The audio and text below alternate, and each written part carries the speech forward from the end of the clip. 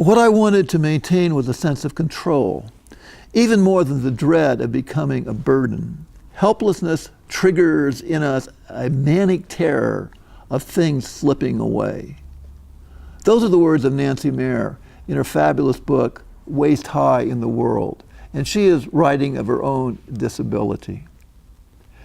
This segment talks about when someone in your family is beginning to lose it. Realize, though, from their standpoint, it's really scary. They have the manic terror. And many of us, for a whole lot of reasons, never address that.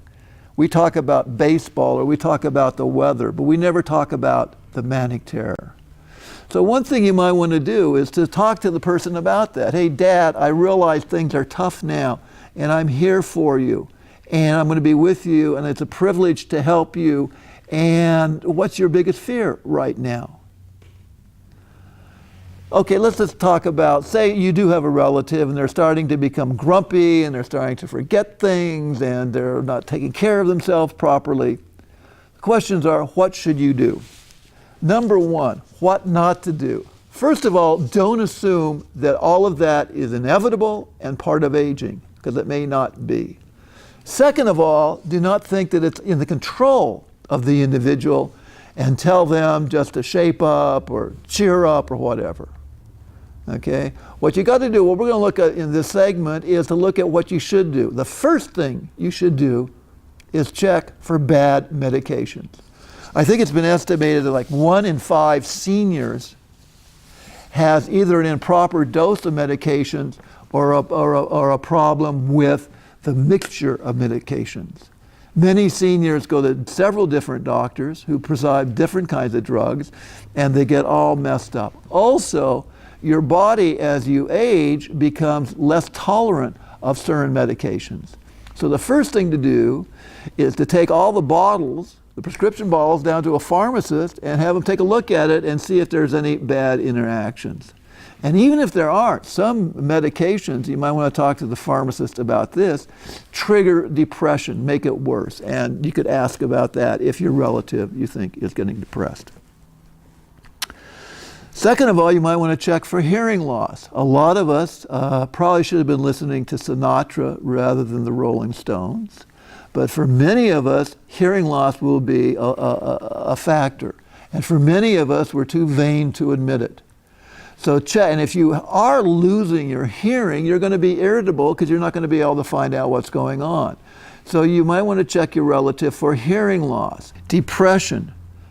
It's been estimated like 1 in 7 seniors is depressed. It's also been estimated that a vast majority get no treatment, but of those who get treatment, 80% get better.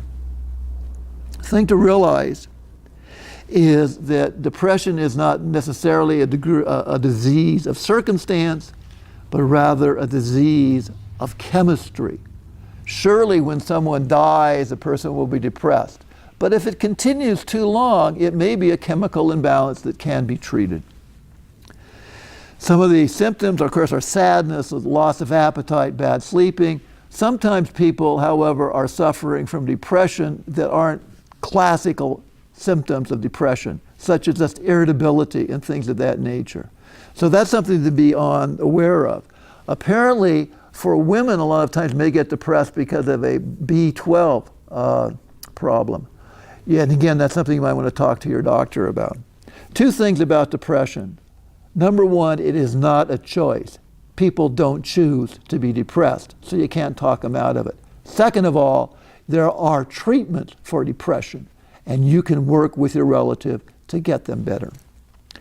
Alcoholism, of course, is somewhat common among seniors. One of the problems is, as we age, our bodies become less tolerant of alcohol. You can talk to your local AA group and maybe get some advice onto that score. Remember the old ad for vodka, how it is breathless. So if there are balls around, you might want to think about that. Memory loss is something that we all fear, and all of us are going to have some memory loss. The first thing to go, and maybe the only thing to go, is short-term memory loss. Like, what did I have for breakfast? What did I have for breakfast? You'll also lose names. Names are arbitrary. My dentist is named Carol, but that doesn't relate to anything that I really see her doing. I'll never forget that she's a dentist. I'll forget her name, and I'll never forget the drills, but her name. So expect short-term memory loss. Don't think, however, that this is going to always lead downward. Not to make too light of it, dementia is a horrible thing. Some people, or there have been estimates that 5% of the people between 65 and 74 suffer from some form of dementia. When it gets to over 85 years of age, it's up to 50%. One way you can check to see how your relative is doing is to ask them to plan a trip. This triggers what's known as the executive function. The executive function is the ability to see alternatives, to weigh them, and to come to some kind of arguably correct decision. So you say, if we're going to go to Rome this summer, how would you plan it? And if your relative has a really difficult time coming up, then you definitely have to look at getting some medical advice, because that shows a real impact on the executive function. Wandering off is a real problem of fear with people with dementia, that they'll get up and they'll be gone. There's a wonderful program, and it's called Safe Returns.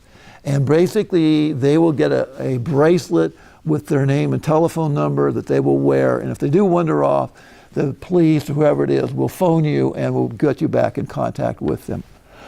Briefly, rehospitalization is something you ought to be concerned about. If your senior relative goes into the hospital and is then released back, there has been a surprisingly an alarming rate of rehospitalizations after that, and not necessarily with the disease or illness they went in with. And the problem is the lack of communication between the doctors in the hospital and the people taking care of the senior when he or she gets home. So be very clear when a senior is coming home that you've got all your instructions right. And many hospitals will have social workers that will help you do that.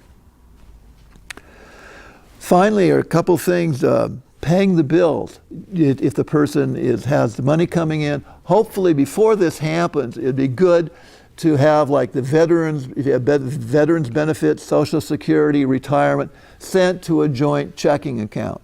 And then if the person loses mental capacity, you can still write checks for their benefit and for the family's benefit.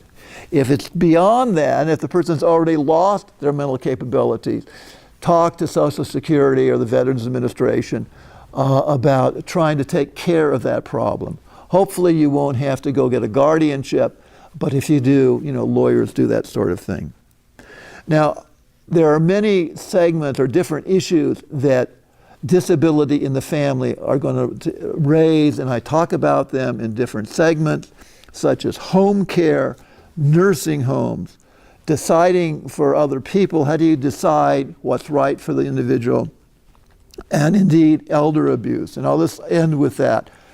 If you're caring for a relative in your own home,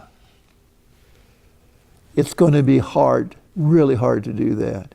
And that oftentimes will trigger elder abuse. And you surely don't want to do that. So you can take a look at that other segment.